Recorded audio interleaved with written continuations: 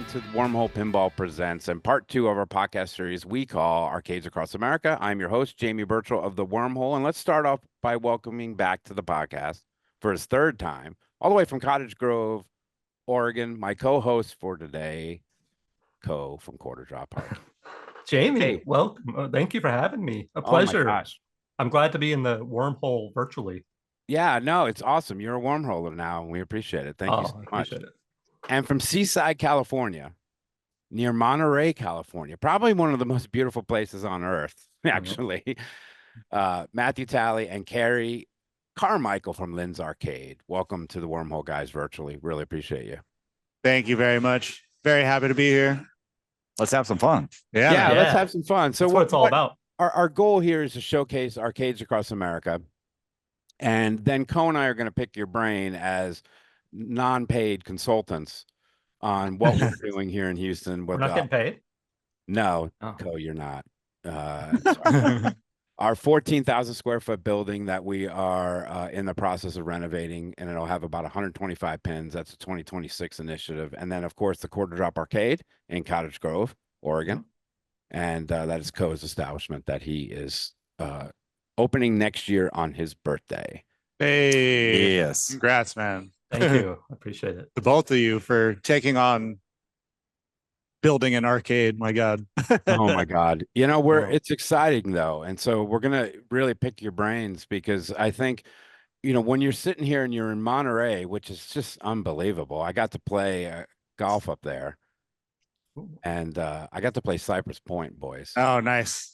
Cypress is a good course. Hard course. Very hard. Does everybody here golf? I like golf. I think, Cary golf. I mean, I used to golf. I'll go out and golf, but yeah, I don't go very often anymore, but I do. I was actually a good golfer until pinball ruined my entire life. Yeah. They'll do that. Sounds about right. Digit handicapper, like mid-single digit, like really playing golf. Head props. Yeah. You know, and I actually shot 88 over there. Not terrible from the tip. That's great. Oh, dude, I birdied 16. Man, anything after like hole 5 is like everything's cantilevered. Like there's no like flat fairway. It's insane. So it's like if you don't remember how to adjust to that shit. Yeah. So real quick, and we're not a golf podcast, people. Don't turn off yet. Right. Okay. But 16 is over the Pacific. And it's a par 3, 245 on the tips. And I hit driver. I knocked the driver down, cut it in there, had a 20-foot putt uphill, and I walked it in like, anyway. No way. Real quick. I did. First time I ever went golfing, I got a hole-in-one. The guy who owned the course happened to be on his little cart behind me. He saw it. I was in the newspaper. Very first time I was ever golfing. Yeah. No, I'm not a good golfer. This was a fluke. Yeah, but it happened, and I was in the newspaper, and that got me hooked. Never should have played again, Coe. Exactly. Just put them down, walk away, man. Yeah, that's it. I wouldn't even have played another. I wouldn't even have played another hole, Cary. I would have been like, oh. It was just one of those weird things that just happened. All right, so let's start with the guys from Lynn's. How long have you had this arcade in absolute paradise? 5 years. 5 years. August 1st, 2019. Wow. Yeah, opened right before COVID. Just in time. Had to close down for COVID, but made it through COVID. But yeah, we've been running League for 10 years though. So we had started League before we opened the arcade. And that's kind of what built us up into wanting to actually take it public and like share our passion with pinball to this area. After seeing the response from League and the 40 people that would show up every single Monday at a little spot we call the office out in Salinas.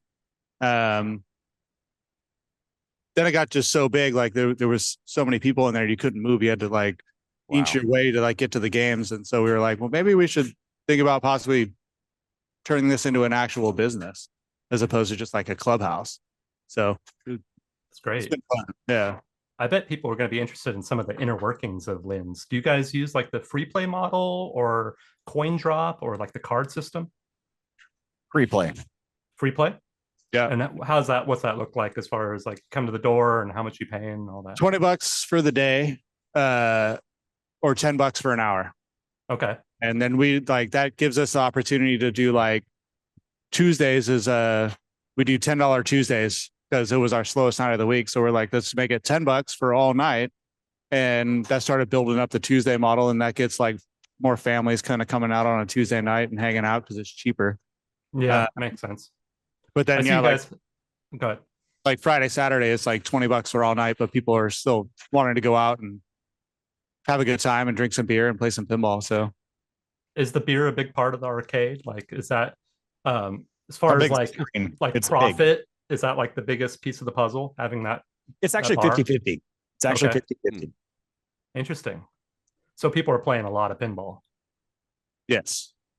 And drinking a lot of beer. So just beer, or do you have spirits, or just beer? Like we did beer only. The license is much easier to get, and we didn't have to add a kitchen. So we didn't have to do like hot food.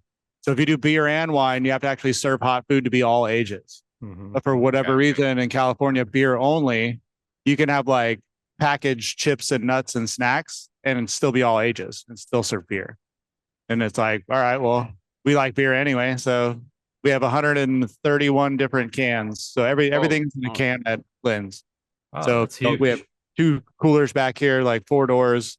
3 of them are all beer. Hard seltzer falls under beer, so we can serve hard seltzer and sour. And then we have a whole door of non-alcoholic as well. So a bunch of different waters and sodas and all that kind of stuff. I'm really close to Ninkasi. Do you guys have them? Yeah, Ninkasi. We don't actually carry Ninkasi, but they didn't can for the longest time though. They were like all they do now though. Now they do though. I just saw that the other day. So and Hop Valley. Those are my 2 favorite kind of local. Oh, nice. Breweries. Yeah. Great stuff. Really good. Guys, what makes up the bulk of your collection? Oof. It's pretty well diverse. He's really done an excellent job of making sure that what's on the floor is constantly rotated through, I guess you could call them eras, really, right? So you've got the solid state EM at 5 and 5 ish. Yeah. Right now it's 3 EMs that are in here at the moment. We usually have a greater percentage of EMs. EMs are great to keep around because then you really do get to see that everyone gets to see the generational growth of pinball. So it's a good waypoint to have, and to have enough of it for people to recognize that it is important to go and play them. But that mix, and then the Bally Williams 90s, maybe we got a Sega in there, not right now. And then the Stern section is always revolving because we do pick up all the new Sterns. So they end up replacing an older Stern, and then that goes to the warehouse to get cycled through. So we had 1 Spooky and 1 Jersey Jack. So you have a warehouse. How many pins are in the warehouse? We have 40 here. I think we have 60 something in the warehouse. Okay, so you're rotating. You have 100 pins that you're rotating in and out of Lynn's. Yeah. Do the EMs perform well? Like, do people play them a lot? Because I have 1 EM in my collection. I wasn't sure if I wanted to bring it to the arcade because I don't know if the maintenance required for it is going to be worth the quarter play that it gets. I think that the maintenance on those are generally, as long as we've got it in good operation before it gets in there, it'll only play better. Those switchers are going to wipe off each other, and I think we're going to get to a place with most of those games where we're not going to have the one issue is if something gets loose and the switch now is activated and that coil burns up, and there isn't that kind of a brain to keep that around. But don't worry, you'll smell it and you'll know where to go. Yeah, right. But yeah, EMs perform really well, and people play a lot of them, and we get a lot of people. Like, that's the fun part about here was having those generations come in and having like the older generation come in and be like, I used to play this in high school, and like I used to see this in there and see it at the pizzeria down the street. And then you get the little ones that have never seen a pinball machine before in their lives. So it's cool to see, what people saw different places because of all the eras of games that we have. That's great. I had a really nice old couple. I've been remodeling a building for the quarter drop, and I was in the window painting some trim, and a really nice old local couple came up, and they were probably, I don't know how old they were, 70s, 80s, something. And they asked if I'd have pinball, and they proceeded to tell me how they grew up playing pinball. And then in the 70s, they had a pinball machine in their home, and they were just really excited to have pinball locally in the community, and they can't wait to come play. I was thinking, wow, that's incredible. I hope that they appreciate, Jaws and Right, Godzilla as much as whatever it was that they had in their home. And they will. They're going to find that appreciation. Their curiosity is going to get the best of them. They already enjoy pinball and they already know. And you're going to find more people like that, which is the great part. Totally love it. Do you guys have a central list of all your machines? Like you have a database, or is it just in your head? It's mostly going out to the warehouse and we're going like, oh yeah, shit, you gotta pull that down and work on that one. Like, space. Yeah, that's right. Yeah. But it surprises me every time I get in the back and I look around and go, shit, we got a ton of games back here. My reasoning always surprises me. Yeah, because my reasoning for asking that is we're actually, we talked about this on the first podcast, is that we're building a database because we've got 220 plus pins. And because we have a central location that we call the vault, we want to collect as much data as we can on access database, if you will. And then whatever we want to do with that information, it has to be good information in, so that when people come to the museum, we could do some like a QR code at Wormhole East, or even at the Wormhole, which will then come on Cosmic Princess and explain to people what Cosmic Princess is. That's awesome. Yeah. And then what we're going to do is have a little tech section there, and the tech puts their tech code in, and then you can see a list of all the problems that we've had with this particular machine, and when was the last time we did a coil, or when was the last time we did any of that. We have iPad at the bar, so when problems arise at the arcade, you just click on a button, it takes you to a Google form, lets you know what the game is and what the issue is. And so we have data. It's not organized in any way, shape, or form. It's just a list of like everything that I fixed over the last like 2 years. Right. But it is there. Like now we can like maybe format it in a way like to get good information on each game. But because we're starting, Matthew, we thought, you know what? Let's do it right. Yeah. Now, because we're in the infancy, right? So let's just create this. It's just an access database. It's not that big of a deal. We've got guys that can do that. It's the data. It's the data you want. Like that's very good data. Like looking back on it and knowing the history of this machine and like what it's been going through, and that's and the history of how we acquired it. I think that would be really cool. Yeah, for sure. I actually do catalog that on all the games that I purchase personally. I catalog at least that much information. And I put it out on IPDB also. So you can find the serial number and see that I don't name names. I just name cities and dates. Yeah. That's really cool. And so we're just going to centralize all that into either a Wormhole app or the Wormhole website. Right. I just have a little spreadsheet that I created. So every time I buy a machine, when I bought it, how much I paid, what its value is. And then I have a section of what I've done to the machine as far as work, and then what needs to be done to the machine. And I just keep that all in a spreadsheet so that I can look back and say, oh, okay, I replaced the power supply in January, and and look back at that. So well, you're doing the same thing we're doing, right? Pretty much. Yeah, it's really smart. We'll see if it is out, and if we stick to it. That's the key, right? That's the hard part. Sticking to the plan. You start with a great plan and then kind of deviate. Well, especially when you have as many machines as you guys will have at the museum. Right.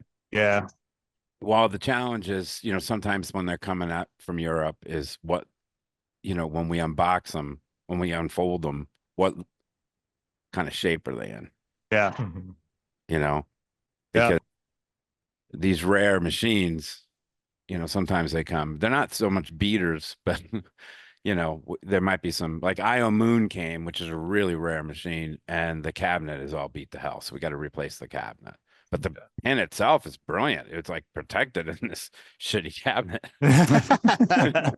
So we have a Bushido that we're trying to get working. So another like weird, rare Spanish game that we can't figure out. So I might be hitting you guys up about how I can get this thing to get working, because it's a super cool game. But is that like a Sonic game? No. Ender, IND. Oh yeah, okay. Yep. Yeah. It was their last manufactured game and the first with the DMD. Wow. That's cool. I'm not familiar with that one. I'm going to show you an ender later. We're going to play a little game with you guys. Oh, nice. Yeah, I'm going to play a little game, and I think I put an ender in there for you. Nice. So social media is pretty crucial to the arcade business, marketing yourself online. And I'm curious how you guys look at social media and how you utilize that to help you with Lynn's Arcade. We pretty much post everything that we're doing like through the week. So we have Monday Night League, we have Tutorial Tuesday, Ladies League on Wednesday, Strikes on Thursday, and then if we have anything over the weekend, we'll post like what we're doing over the weekend as well. So if we have a bigger tournament or whatnot, we could be a lot better at it. Like we could do more. Like we were in the beginning, we were posting photos of all the new beers that we got that week and like what's fresh coming in the cooler. And it's just kind of gotten so busy. It's like that's now like another job to be done at it's a job. You know? It's a job. Ask like it's its own job. Yeah, it's insane. Like how and then to be creative that often is very tough. So I did it for 6 years, 7 years, just for Monterey Flipper Pinball, and then also for Lynn's Arcade. And then I've recently just kind of passed a lot of it off to Nikki, and now I'm trying to get back into doing it as well because I'm starting to get my creativity back. Where it's like I posted the same photo of someone playing a pinball machine. It's like it gets in your head. Sure, like to keep that creative stuff going, and then. But I think it is important, getting your followers up and having people know what's going on at the arcade. And where are you guys posting the most these days? It's Instagram, Facebook. Okay. Yeah, like those are the two that we do. We don't do any of the other ones. Do you live stream on Twitch regularly? Do you have like a schedule that you follow? We every Monday, and then there is a schedule. So Monday we have League, and Tuesday Tutorial Tuesday, and Ladies League. Those are all definitely streamed. Okay. But that piece, I think that's in all social media, that's the engagement that is so very important. So while we're producing the information for what you could do to engage with us, it's hard to break through that wall and get that engagement. But Twitch allows for that. If we were able to ascribe someone to sit here and do kind of what we're doing here on our Twitch stream, and we have that because everybody wants to play. Nobody wants to sit, right? And so who do you find to sit is a whole different person. Yeah. It's someone that may have an appreciation for pinball, but may just have an appreciation for talking to a screen, whatever that role may be for someone. So if we could get that piece going, then that engagement I could see being very beneficial. And then that engagement could then cross to other platforms like in an Instagram where go here to do, and that piece can go back and forth. It sounds like you need a Jamie. Yes. I think we're giving free consultation. So do you give social media? Because we're my turn now, I guess. It's my turn. I think it's fortunate that I suck at pinball so that I can then stream quicker. Don't we all? In a 3X, right, guys? I can go, all right, well, Jamie's out, time to pop the stream up. I don't like particularly streaming unless I have that engagement. Right. So, which is why my streams don't start until I'm out. Or like last night we did a stream, which was our 3X, and I lasted to the final semis. So then we started the stream and I was able to get some more people and then run over. But I think you guys do a phenomenal job of having like a hostless stream. And it's not easy to do. Well, thank you, because it's definitely a worry of ours being like, oh my God, like there's no one actually interacting. We do have the chat, like at least on the rig next to the game. And we get a lot of our players actually looking down and reading and being like, oh, hey, what's going on? Yeah, cool. Yeah. And so it's like, you still kind of get interaction, but it's not like someone commentating and like being there the whole time. You get different streams, right? Yeah, totally different. Do you get pushback by anyone that doesn't want to be on camera and then they realize there's a live stream going on? Has anyone ever expressed being uncomfortable? We've gotten that comment, but it fades quickly. We do have it on the door. We have a be warned sign, and one of the things is we record you in every way. So yeah, I mean, if you're coming into the facility, you should just know that that's something that we're going to be doing anyway. But those that have had any kind of issue, it was rather small and they got over it. And I think the most we get is like, you go to put the rig on someone like during a tournament and they go, oh no. Yeah, we get that. But like that's 2 rigs. And so, we'll throw the double rig thing up and they're just like, now I've got 8 people pissed at me.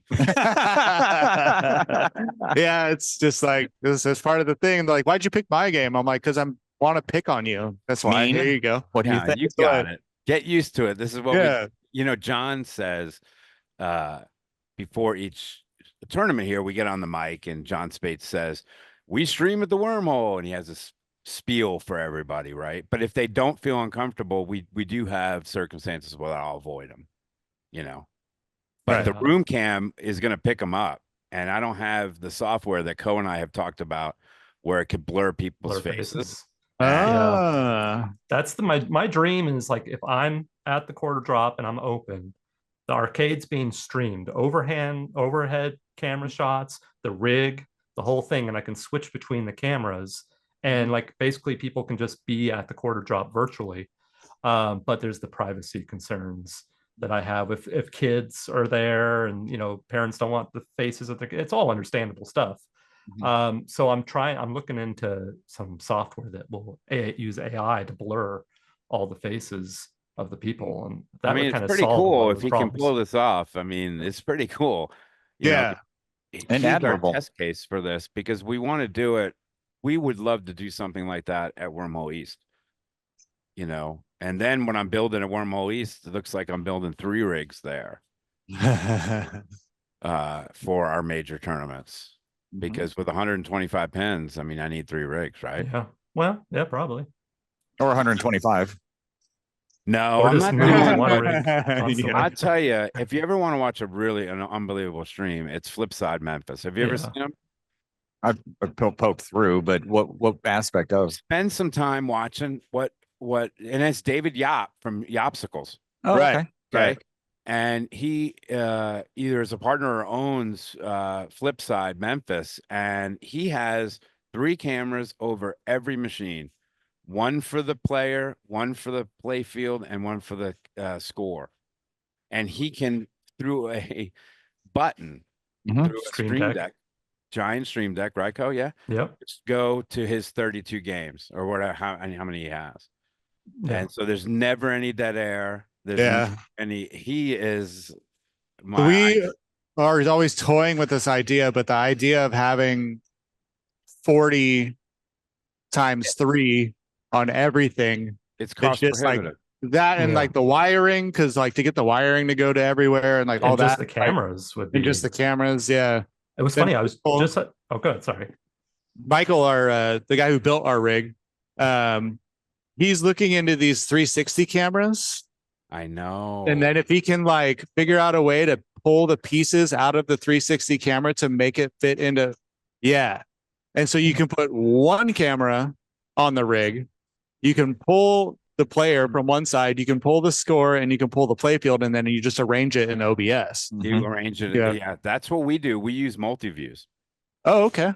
Whoa. So the next rig won't have 3 batteries and 3 different Axoons on it. Because these things right here, for anyone watching, are a real pain in the ass. So, and they're expensive. But if you could have a HDMI splitter on top with 3 inputs coming out to 1, then you just need 1 Axoon. Oh, wow. For the whole rig, 1 receiver, 1 transmitter. Yeah, that's beautiful. I bought the 360 camera specifically for that reason, where I could have it on a tripod in front of me playing pinball, and it could catch me, the play field, and the DMD. How does it look? It looks great. Yeah. Oh, you're going to be breaking barriers over there. Yeah. Yeah. How much is the 360 camera? No one cares about this. $500, I think it was. Oh, well, that's cost prohibitive though. 500 times 120. But I was just at but how many, like you have 3 cameras instead of like this is 1 camera for 520. Oh, that's true. The 3 cameras, like It's funny because I was at the arcade today. I was thinking about this. I was looking at that brick wall I made, and there's 2 columns on each side of the brick wall. I was thinking, well, what if I put a pipe from one end to the other, and then the camera rig is on the pipe, and I just slide it? Then it's like a really easy way to slide the camera from each machine, because it is cost prohibitive to do that, to have one on every machine. So I might be experimenting with that. Wow, I had the shower rod curtain idea. I like it a lot. There you go. Yeah, that's what it is. He's rigging a shower curtain, and that's pretty BA. We had the crazy idea of doing I was watching football, and the kickoff went off, and like the camera followed the ball, and I was like, why don't we do the wire camera? Fly it around, like you could just go over whatever game you want. Just like, can you how much is that shit? I know. We had a guy come in, and he's an engineer, of course, right? And he goes, above the 76 sign is a air conditioner vent all the way down. And he's like, let's rig a mobile camera, and you can control it via robotics. And I'm like, what are you doing? Yes. There's 50 people tuning in. I mean, what are we doing? We're not making money on this, bro. Like, I make no money. Make no money. So it's just fun. It's just it's become a hobby of mine. It's streaming, right, in the podcast. So I just fall into it, and so. But I love what you guys are doing. You're doing a great job. Thank you so much. Absolutely. Thank you. We're very fortunate in Houston that we live in a major metropolitan city, right? So getting a large amount of people to come to our establishments shouldn't be that hard, because we're in 7 million people around us. How have you built Lynn's Arcade to what you have done? I mean, how did you get this organic growth? It's just incredible. What was the first site that you posted on when we started League? Oh, meetup.com. Meetup.com. Okay. We started League at Angelina's Pizzeria in Salinas. They had 4 pinball machines, and there was me, Cary, and Nikki, Cary's wife.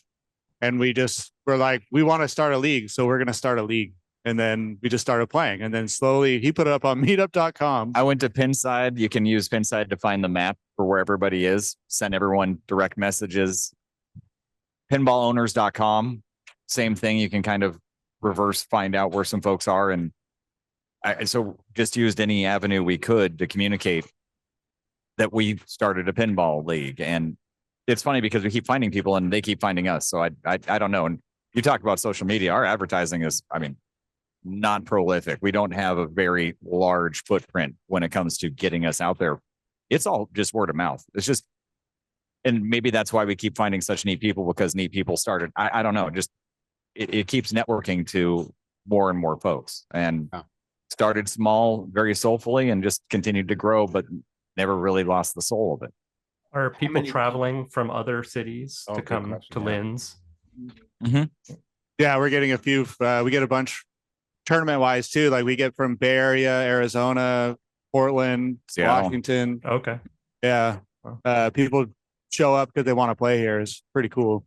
That's We amazing. even have vacationers that come that have made us a reason to go on a week vacation, which is really neat to see. I wouldn't have thought that would be something that we're providing, but I kind of agree. When I travel, this is where I would want to be. And I do travel, and I go to places like ours and like yours are and will be. And that's, I don't know. Yeah, lucky that we've got a product. You've just done an amazing job. And I know this is what Coe wants to do, right? And he's building a destination spot. There's not a lot of people in Monterey, California. And to get people to come out of town and that live there in that community to support you has just been amazing. Congratulations. Thank you. Yeah, League is the big proponent of that. Like League is what makes and our League is it's 90% fun and 10% competitive, We are So, exactly the same. Yeah. You're not having a good time, man. Like, why are you playing pinball? Like this I've seen you guys at TPF, your tournament that the Space City Open. Yeah. And what was it last year when they were playing jackpot or something and they hit the jackpot to win and the whole room just erupts. Yeah. You never see that at a pinball tournament ever. You never see that core reaction. I won't stream it unless it's fun. All right. I'm dead serious. unless we're having fun. Like last night, we had a 3X. We were blaring music. I'm not going to be able to post any of that shit because of copyright. And we didn't give a rat's. We were just having an absolute blast. Yeah. And we have this thing, no a-holes policy here. And I think you guys have the exact same vibe. When you build a vibe that's all encompassing for any type of people, and just come in, let's play pinball and have a ball. It explodes. Yeah, that's the vibe thing. Like, and that's where we get complimented a lot on our league and our tournaments. And we just had a gentleman here for the quarterly that we put on, and he was like, I've never played in a tournament that fun. Like, where I had a great time. Everyone was super cool. And like, even if they had a bad ball, they were still just like high-fiving and like having a good time. Yeah. Because it's just pinball, man. Like, it's just it's a game. It's supposed to be fun. Yeah, exactly. Yeah. People take it way too seriously sometimes. And it's like, we try to shrug that off and be like, no. When they come here and they're being serious, especially for a 3X on a Monday, right? Right. Like, come on now. Dude, you're gonna get 15 whoppers. Let's relax. Right? You're gonna win. Everyone here is always the top 3 people, or always in the finals all the time. I mean, just relax. My goal is just to get there and just be happy. And so, yeah, I love what you guys are doing. Electric Bat, same type of great vibe, right? Wormhole, same type of great vibe. How many people do you get for league? Between 40 and 50 every Monday. That's a lot. It's a lot of people. It seems like a lot. Yeah. Every now and then square footage we'll get up to like 60.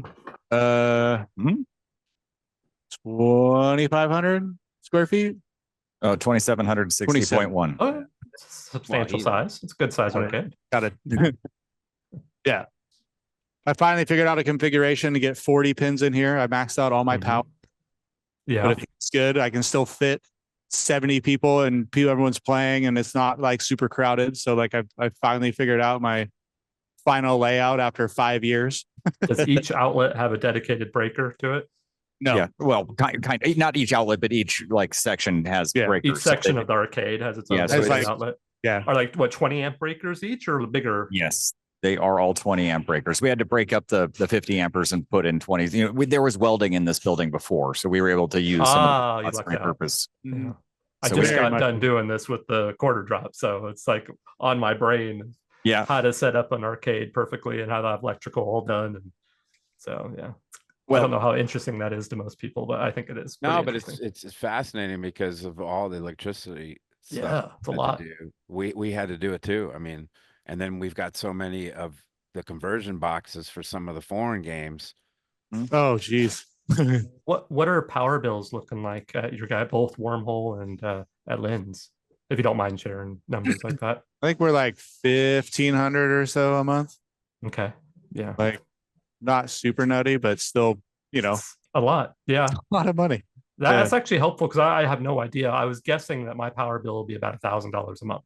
Yeah, you're going to be in that. Right in there. Yeah. That's about right. Okay. That's about right. And we're not open as many times as everybody else. So when we're bumming power, that's true. Usually just us.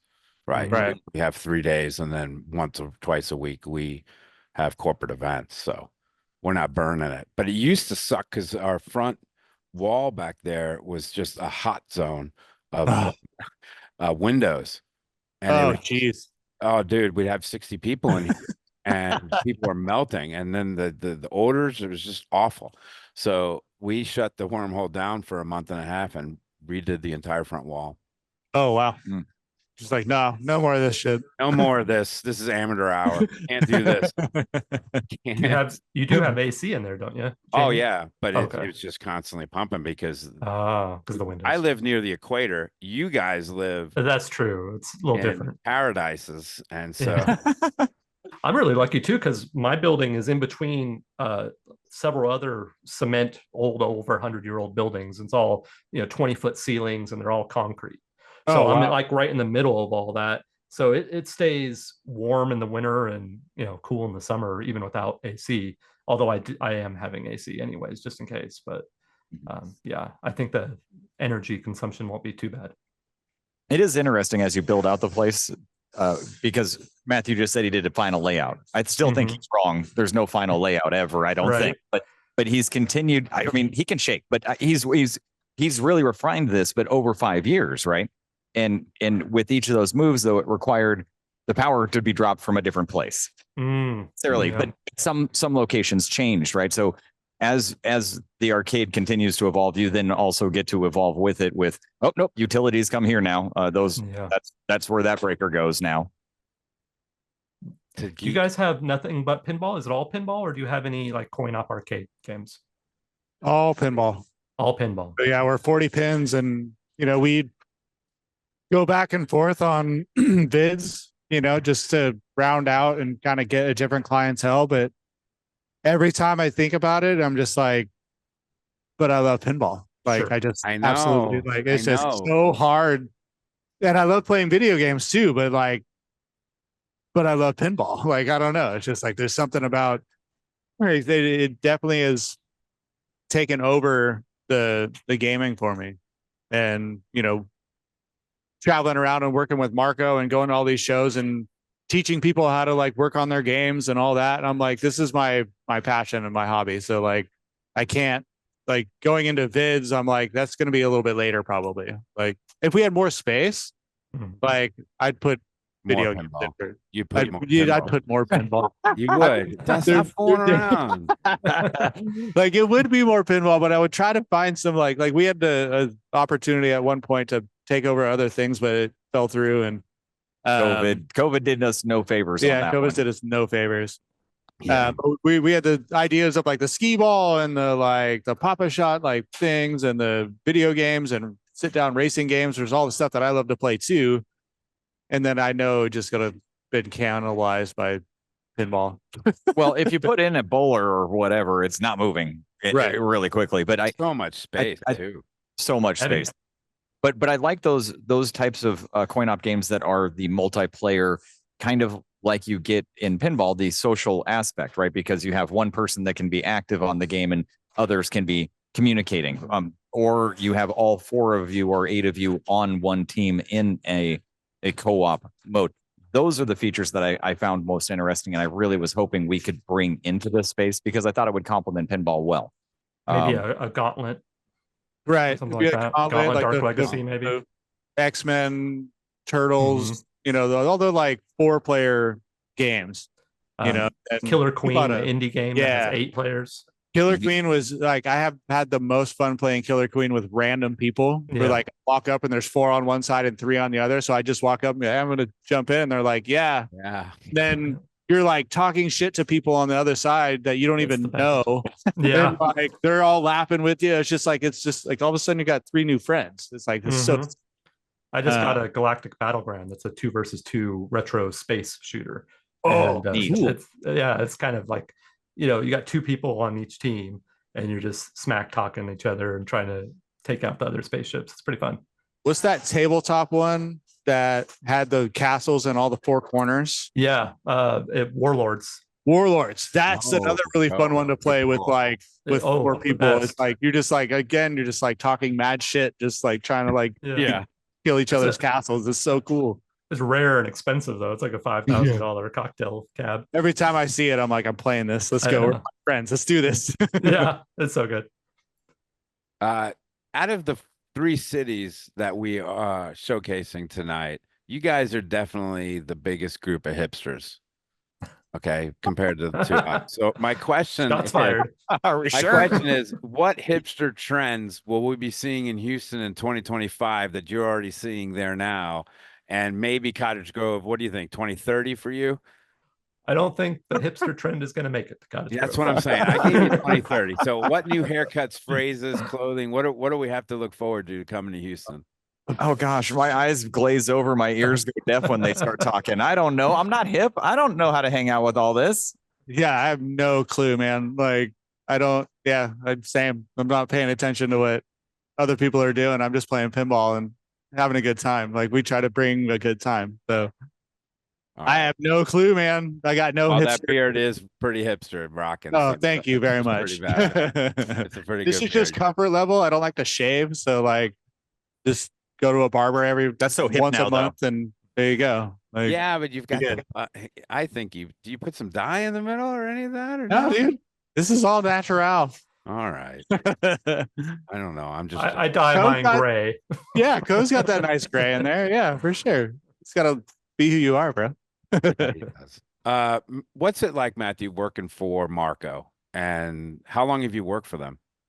I've been working with them for a year now. So I've been going to shows for a year constant. It's been a lot of fun. I love going and helping them create the environment. I'm really excited about going to Expo and seeing all the X-Men that Stern's bringing, and like going to Portland this week or next weekend is going to be really cool. And just helping them create the environments. And then I'm really fast at setting up games, and so I can help them blast through that portion as fast as we can, so we can get everything like set up and like ready to go. But it's a great time. The people there are amazing. Love working with all the Marco crew. Like they're dope. I love Emoto, and I love one of my favorite things is Coe. Seriously, when you go to like TPF or Houston Arcade Expo, is watching Marco work. Oh yeah. It's Why, like just because he's clinic like of putting together these massive areas of pinball machines, the Marco booths, and they're just massive. Yeah, Emoto's creativity on the booth design and stuff, and then to be there to help like accomplish her vision. And then when it's done and you stand back, you're just like, this is insane. Like, how did we get this into 2 pallets? Like it's incredible. And then they rock while they're doing it. They're the only ones that have music, and they're rocking when they're doing it. It's so awesome. And I don't want to hang out. I want to hang out with them so bad, but they're working, right? So I can't. I don't want. If you're hanging out, you're working with us. Let's put it that way. Like if you're in that area, like hanging out, you're grabbing something, you're putting stuff together, you're helping out, you're having a good time doing it, and like that's the best part about hanging out with that crew. Well, congrats for working with them. They're great. Thank you. Yeah. And we have the Wormhole booth at TPF and Houston Arcade. We were talking about Houston Arcade. We're all bummed. Yeah. Yeah. Marco's not going to be there. They haven't been there for 2 years now. 2 years. This fortunately. Yeah. Yeah. And that was one of Mark's favorite shows too. Like Mark Mandeltort. It was like Houston was one of his favorite shows, and so was Golden State. So hopefully we can get Marco to come back to both of those, because he loved those like hometown shows. So getting Marco to come back to those would be awesome. Is it because Houston and Expo are so close together that they're not going to both? No, it's just there's other reasons. There's other reasons. Yeah, sure. There's so many shows a year, and there's so much money in a budget, and what are you gonna do? Like, I always think it's got to be an insane amount of work going, like setting up a show like that. Just moving one pinball machine to a different section and area in my garage is like a project. I can't imagine like hauling a bunch of machines in the truck and setting up a booth. And I mean, my gosh, what a nightmare. Yeah. And Jamie, you guys bring in like wall panels and shit. Like your Houston booth is so sick. Our Houston and the TPF booth. And the TPF booth. That's what I saw. Booth, right? We just sit in storage, but we bring this booth, right? That looks like the wormhole. So we have these panels that we put up that have pictures of the wormhole. So it looks like you're coming into the wormhole. Very cool. And then we bring some pretty rare machines. Like for Houston, we're bringing a Magic Girl. Oh, wow. Oh, shit. That's been upgraded from the guys from the Netherlands. Have you heard of that story? Yep. No. Yep. You have, right, Cary? Anyway, so these guys from Netherlands took a Magic Girl and finished it. And then made it actually work. Made it actually work. And redid the code, redid the magnets, did everything. And then they sell this kit for the 20 other people that have a Magic Girl, right? It's not a very prosperous. It doesn't seem like it was a good move, because I don't think it was that much, right? And they sent a kit to us, and we have 2 engineers that love the wormhole that said we'd like to do this. And over the course of a few months, they upgraded our Magic Girl. Holy shit! Congrats. How many upgraded Magic Girls do you think there are in the world? Oh, there's like 5. 2. Yeah, there might be 3. I saw one on YouTube being played, an upgraded one. Didn't they have one at Expo last year? Yeah, I had one at TPF. I think that's Expo. where I think saw it was it. Expo last year. Yeah. And so yeah, those are the newer ones. And they brought one old one. That's what Tim's telling me. Tim's in the background, my producer telling me. So we're gonna bring ours to Houston Arcade Expo. That's fantastic. Thank you for sharing. That's the kind of stuff that is neat to get shared. Not everyone knows the history or the bad news about the history of that game, but to get it to folks is so neat. I mean, that one's more of a labor of love than maybe even shipping something from across the ocean and fixing a cabinet. That one is like re-engineering something that was just never engineered properly. It wasn't awesome. Because that game was so custom made by Zidware that it or Deep Root, whatever the hell they were, they made like mistakes. There were so many different, like the owl would be pointed wrong or different things. So, and then the kit doesn't, it's not like here's a kit, install it. Some of the things don't work, and they had these real engineers, and one of them works for Barrels of Fun. So he had a lot of fun. Yeah, nice. So cool. we were able to really get that done. And we actually put a YouTube post on it. It's actually a pretty cool YouTube video that we made of fixing and upgrading the Magic Girl. So we're going to bring that. And I think Locomotion. Oh, cool. So that should be pretty cool. All right, let's play a game real quick, Coe. Okay. We're going to play a game called Do You Know This Pen? All right. These are 5. Where do I want to go? 1, 2, 3, 4, 5, 6. 6 pens. So we're going to see if you know them. Do I know them or do we have them? Or you know them, you have them, you've played it, you've ever seen it. Okay. This is the 6 games that I'm going to choose here. And I'm going to see if I can know how to share this stuff. All right. Let's see if I know how to share this. All right. First one. Zachariah Black Belt. Mm-hmm. Played it on my V-Pen. Has anyone seen this or played this? Never seen it, never played it.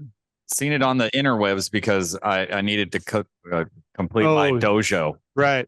Because we have the Bushido and then the Bushido, black, and then we have the other black belt. Yeah. Look how cool that was. That's a really. Oh yeah, we wanted to complete the dojo collection. And the art on that one is super neat. It's super cool. And you have that, right? I don't know if we have that. We're not talking about that yet. That's the second phase of this. All I'm doing is showing you some really cool pins. This one is called Playmatic Fight. What? No, I haven't seen it. No, I'm not familiar. But it is a Playmatic. Okay, yeah. So Evil Fight is a Playmatic 1980 machine. I like the artwork. One more for Evil Fight. Are you ready? I do. Here's the back glass. You got to see the back glass for Evil Fight. I like to load up my I've never personal seen this. pinball machine with a lot of the more rare stuff that I'll probably never own. So like that's where I play Black Belt. But Playmatic Evil Fight. All right, let's do the next. That photo was taken outside. There was a garden gnome. What are you doing leaving these rare games outside, man? We need to preserve these. Others need to play them, no? These are regular photos on the internet. All right, have you seen this? Whoa. Sonic. Sega SA Sonic Star Wars 1987. I know I clicked through those at one point. This just doesn't seem familiar. There's that one. What was it in Australia? What was the other? The Empire Strikes Back Star Wars game. Gosh, whatever that was manufactured by at the time. But all right, I'm going to show you one more. Did I show you Brave? Did we count to 6 already? This game is fast and fun. All right, I got 2 more. I'm going to show you this one. Here it goes. Like how we set up pinball. Brave Team. What? Wow. Brave Team is an Ender. Wow. 1985. I like the helmets. Okay, and I'll show you. Are you just trying to get this captive audience to want to go to Wormhole? Because we will go. I mean, we were already gonna go, but I know you're coming. But here's the play field. Oh, that is freaking awesome! Isn't that awesome? All right, one more. This one, I only have a picture of the play field. I only have one picture of it because it's so rare. So cool. And people that want to see these probably should check out the YouTube channel. All right. What? Was this the conversion kit? Whoa. This is Geiger 1984 Dark Rider. What the Like hell? Centaur Star vibes. Trek conversion kit. Only 150 made. Oh, We have the whole kit. what? Game. We have the whole thing. All right. So yeah, these are ours that we're going to be showcasing at Holy shit. at the Wormhole Pinball Museum. So Let me book my plane ticket. those are just, and in all seriousness, I know this sounds pretentious. Those are just a touch of what we have in our collection. Yeah, every time I see you guys at shows, it's like the stuff that you're bringing. I'm like, how did you get this and then get it to be so nice and works well? I'm like, I'm always impressed. I think that's going to be the secret sauce of the Wormhole. That's going to be. You're absolutely right. We're very lucky that we have techs that are geeking. I mean, geeking on these things, right? And one of our techs is constantly posting on Pinside, like, "Hey, help me!" And then the Pinside community has really been helping him try to figure out how the hell do you fix, a playmatic evil fight? Right. Mm-hmm. Who has this knowledge in their brain? Like, whoa. And they're doing it. So your Ender game that you had shown, does it have a whole mess of relays operating it as well? Because the DMD of Bushido, which is the last of the Ender games, it still has a rows of relays that run the thing. It's not I would be lying to you if I knew what the hell you were even talking about. Okay, but it's really interesting that they were blending so much technology in Ender. I can understand why they went out of business. It made no bloody sense. All right, we're gonna go into hurry up. Our last bit. We've kept you long enough. Our last game is called the hurry up, and really what it is rapid fire question and answer. But Coe's gonna get to play this time. Oh, all right. Nice. Okay, so ready. You ready? And I don't really have music, but if I yeah, it would be really cool if we get more viewers and then we can pay for sound effects. I can, maybe just do it in post. Just do it in post. It'll be fine. Yeah, just lay it over top later. It'll be good. I have an editor and an intern named Ryan Gregg. So Ryan, that's what I want. Okay. Coe, rarest arcade or pinball machine you'd love to feature at the Quarter Drop Arcade? I'd love to feature.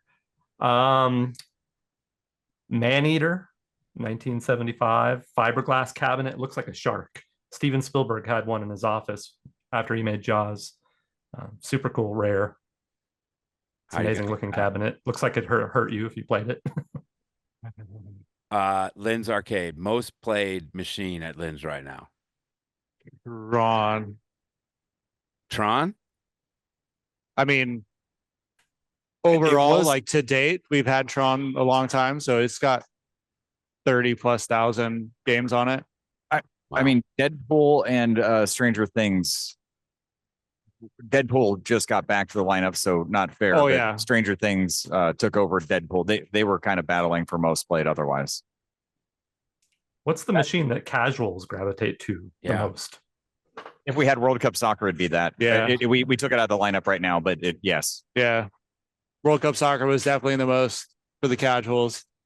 So I've been thinking about getting a Stranger Things because I thought people would really like it that don't play. They play a lot of they play it a lot because of the theme. Like the theme drives that one for sure. Yeah, theme-based stuff. The newer Sterns actually play really well, even for folks that are used to playing older games, or were originally playing older games. That you see them find the theme. So you'll see like Jaws get played a fair amount from folks that played in the past or didn't play. Godzilla's getting beat up now that we brought it back too. That's getting played a lot. That's really smart that you rotate those out. I know this isn't the hurry up, so let me get back to it. But that's question for the group. Action button, yes or no?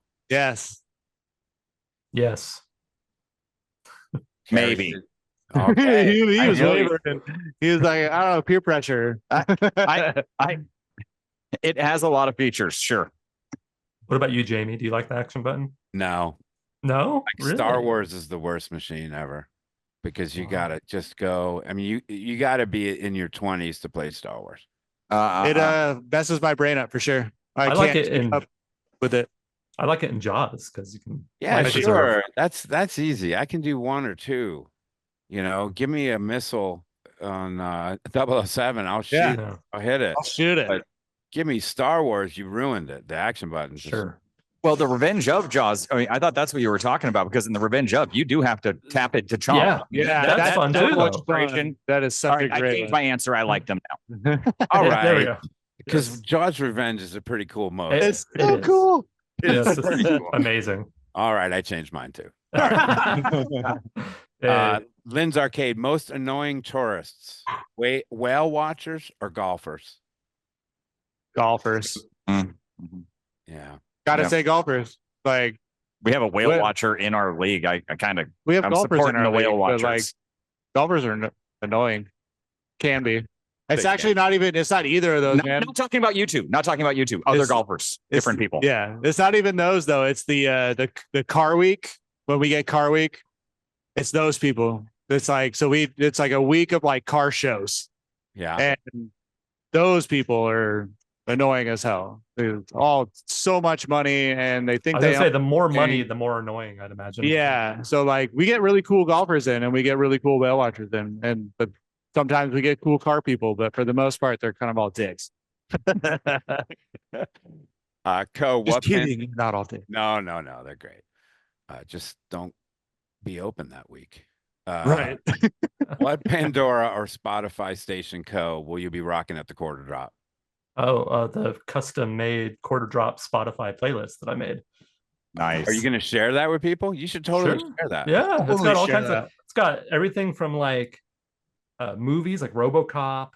You know, the theme of RoboCop, Yeah. and then it's got 80s classics, of course, and like TV jingles and stuff. I've kind of intertwined what you think of like when you think of 80s arcade vibes and nostalgia into one playlist.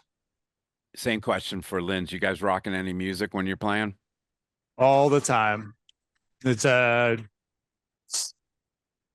everything, really, honestly. It gets mixed up on a daily. We don't have any playlist that's been curated. It's We usually just do Pandora and pick a station one day and kind of run with that for a while. And depends on like weekend days too, like during tournament stuff. Like we'll have a kind of a mellower, like 80s, 90s kind of stuff going on. And Yeah. then we'll kick it up a notch into like some punk rock later on.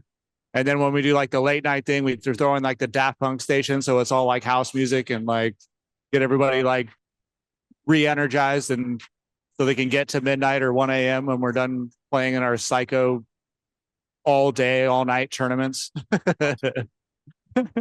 Well, Does the gentlemen, Wormhole have music? you know, we don't. We hadn't, but last night we started to rock. And Tim put on a playlist and Was it Creed? it wasn't Creed. It wasn't Creed. Oh. If you haven't heard the story of Creed, I went backstage and I met Mark Tremonti again. And Mark's a fan of the Wormhole and a huge pinballer. So check out the music on Twitch. All right, buddy. That's Tim Hood here. He was talking in my ear half the podcast. So hard to concentrate. Sorry about that. No, but we did. We tried it last night. And what a different dynamic it changed. Mhm. Right? You know, normally we have it, but it's low. Yeah. Last night we rocked it and it was awesome. You know, between Ozzy and Black Sabbath to all the way to Creed. There you Rock, go. you know, My Oh, Sacrifice. so it was Creed. No. Oh. All right, guys. Thank you so much. Lynn's Arcade, where can people find you guys?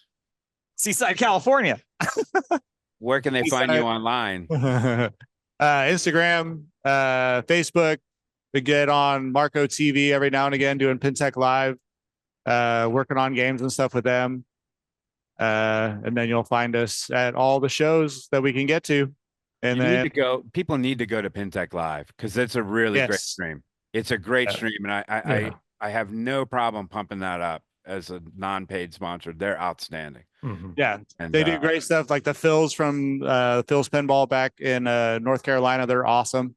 I've been working with them at a couple shows and like got to meet Phil and dive deep into some games, and his knowledge is super good. And then who else does she get on there? She gets a couple other people on there, but it's a lot of fun. Yeah, it's very informative. It's really great. And if you're in the pinball hobby, you should definitely watch them on Twitch. It's outstanding. I think her last one she did was with Ernie, who is a homebrew guy. And so he's doing a bunch of like homebrew stuff. And this year at Expo, they've actually gotten up to 30 confirmed homebrews will be at Expo this year. So that's like the biggest showing of homebrew games that ever. They're exploding, man. Do you think everyone just sat in COVID and all the engineers went, shit, I want this and I want that, and they just did it? Yeah, I think they were like, we could build one, sure. Yeah. And with Fast coming out, and Fast Pinball's like board sets that you can just buy, and it's just like a kit, and then you can start wiring and coding like with their boards. It's not expensive. So Ernie and Aaron do a lot of stuff at the shows too, where like they'll be actually at in Atlanta at Southern Pride. They were actually sitting there like wiring a game at the show and coding at the show and like talking to people as they were doing it. It's like so dope. Like, so they're really trying to get people comfortable with the idea of like building your own game. It's a lot of work, but it's also like, it's fun to you and you're passionate about it. You can do it. It's not super crazy. Did you get to real quick? Did you guys get to play Saw? That's dude. I really like Glenn, and he did the music for that. And wow, yeah. Coe, this game is the music, the coding. It's really unbelievable. Scary as shit. I've heard you talk about it. I want to play it. Sounds amazing. Saw was good. Friday the 13th was really good. Really good. Our favorite, just because he's our hometown dude, is Boys Night Out. Like, so Joel actually lives in Marina, and he's been building this game over the last few years, and he's brought it to the arcade. He's taken it to San Francisco. He's taken it to Santa Cruz and put it in different bars, and it's super, super fun. He's finally getting to the stage where he has like all the artwork on the play field and like ramps that are being built. And so it's getting to that like stage of, I'm going to buy one. No kidding. Yeah, I'm pretty excited about that. Oh man, that's awesome. You love to hear those success stories. I hope somebody buys Saw because it's pretty BA. Yeah. I think that would actually maybe do really well. Yeah. I'm still waiting for my Mad Max pin. Somebody out there needs to make it. No. Did you see the one in Australia? Someone did make a. Did they? I haven't seen it. They rethemed a High Speed 2. Ooh, perfect. They actually put the shifter on the left side because that's where they shift in Australia. Yeah. On the right side. And then like redid the sounds on the car, so it sounds like Mad Max's car from the Interceptor. Yeah, it's so cool. Yeah. Did they do the first movie, the second movie? Yeah, you can't put Thunderdome in it. I mean, that's no. I think it's just Mad Max, like just straight up the original Mad Max. The original Mad Max. Yeah. I mean, if you did a home pin on Thunderdome, you're totally just making a terrible mistake. I think, you're wasting a lot of time in your garage. Thunderdome has moments that are brilliant. No, it as a whole, it's a little rough. He said, no, it doesn't. It has Tina Turner. It does, though. Yeah. Tina Turner. She's amazing. The video was good. All right, Coe, where can people follow you and your progress on the Quarter Drop? Quarter Drop Arcade on Instagram, TikTok, YouTube, Twitch, and then quarterdroparcade.com. And of course, you can follow Wormhole at wormholepinball.com. Updated website will be out in probably about 3 or 4 weeks.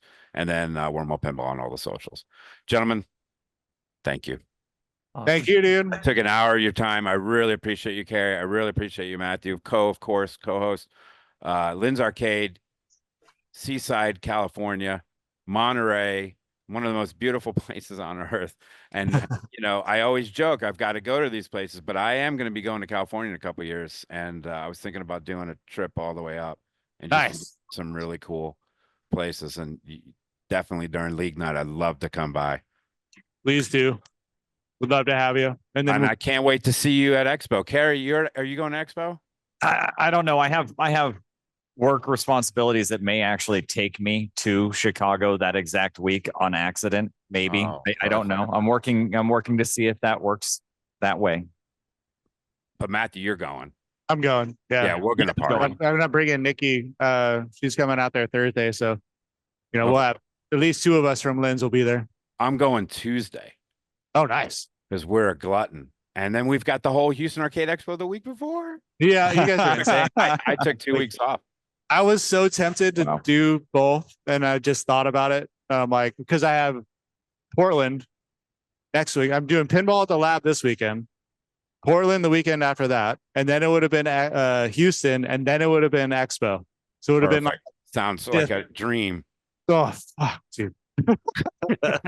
I'm like, I need to breathe in between. Like, good lord. Well, thank you guys so much. Again, for Wormhole Pinball Arcades Across America, my co-host Coe. Thank you guys so much for being here. We really appreciate you. No worries, Coe. It's nice to meet you, man. Absolutely. Same. Thank you for having us. Thank you both. And remember our stupid phrase that I end every podcast with, but it is important. Don't be an a-hole. All right? Just don't. Let's just play pinball and have fun. 100%. All right. God bless you guys. Thanks so much. See you, man.